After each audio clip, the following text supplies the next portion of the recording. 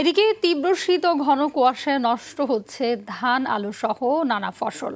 প্রচণ্ড ঠান্ডায় লালমনিরহাটে বোরো ধানের বীজতলা ক্ষতিগ্রস্ত হওয়ায় দুশ্চিন্তায় কৃষকরা। নষ্ট হচ্ছে অন্যান্য ফসলও। এ অবস্থায় কৃষি বিভাগ থেকে কোনো পরামর্শ দেওয়া হচ্ছে না বলে অভিযোগ চাষিদের। এদিকে দিনাজপুরের নবাবগঞ্জে হাড় কাঁপানো শীত আর ঘন কুয়াশায় পচে যাচ্ছে পানের পাতা। প্রতিনিধিদের পাঠানো তথ্যচিত্রে আরও জানাচ্ছেন আব্দুল হামিদ। তীব্র শীত ও ঘন কুয়াশায় বিপর্যস্ত জনজীবন। প্রতিকূল আবহাওয়ার প্রভাব পড়েছে কৃষিতেও।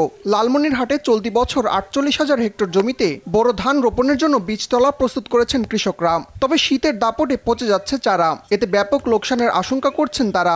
কুয়াশার কারণে বেসন পাচ্ছি, বেসন আমাদের নষ্ট হয়ে যাওয়া লাগছে। এখন নতুন করে বেসন ফেলাতে আর বেসনে পরবর্তীতে এই বেসন লেন দিয়ে যাবে, এই বেসন দিতে আর আবাদ করা যাবে না। বীজতলার পাশাপাশি নষ্ট হচ্ছে অন্যান্য শীতকালীন ফসলও।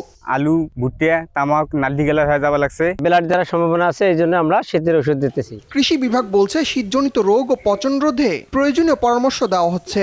বর্ধ মিক্সচার হতে পারে, সেটা তারপরে আপনার ম্যানকোজেব গ্রুপের ছত্রাকনাশক থাকতে পারে। আমরা তাদেরকে বিভিন্ন ছত্রাকনাশকের পরামর্শ দিচ্ছি।